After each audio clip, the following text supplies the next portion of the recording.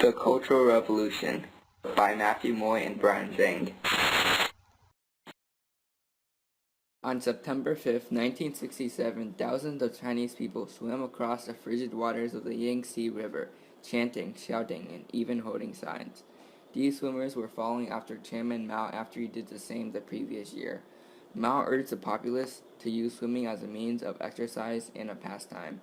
That brings up the question, how could one man, Mao Zedong, motivate these swimmers to do something as ludicrous as chanting slogans while swimming across miles of river? Well, the answer begins in the Cultural Revolution. The Cultural Revolution in China was a movement initiated by China's leader Mao Zedong in 1966.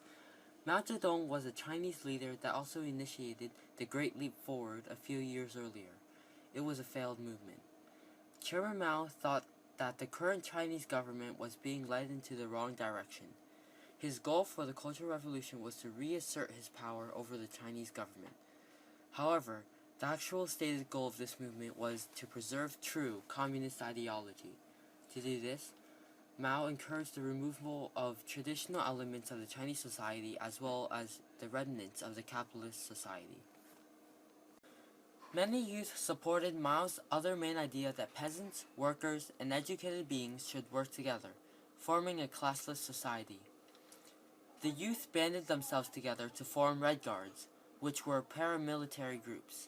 The Red Guards created different factions based on beliefs on how China should proceed. However, this difference in beliefs led Red Guards fighting other Red Guards in an attempt to persuade each other that they're right. As this poster shows, the idea of the Cultural Revolution was to destroy and forget the old world and to rebuild a new world. The smashing in this picture is not just shown symbolically. Rather, Red Guards in reality destroyed old artifacts or anything that represented the past.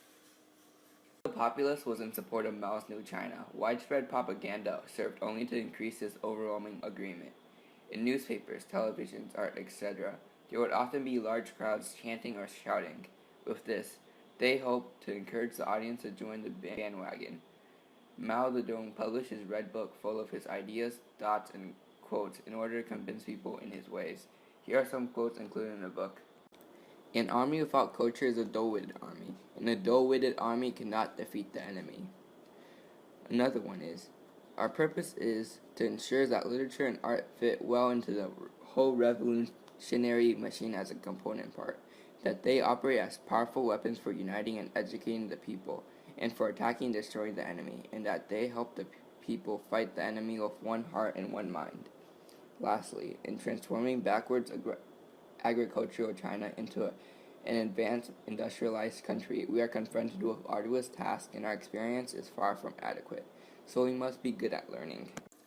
However, not all people in China agreed with the Cultural Revolution as this was mainly aimed towards the younger population. Many people suffered from harsh treatments and persecutions because they did not believe in the new China. In addition to the persecutions, people were locked up in what was called study halls to read, recite, and memorize Chairman Mao's Red Book of Quotes. Oftentimes, they were humiliated by government officials in public for the sake of propaganda as well as instilling fear into the people who did not follow Mao.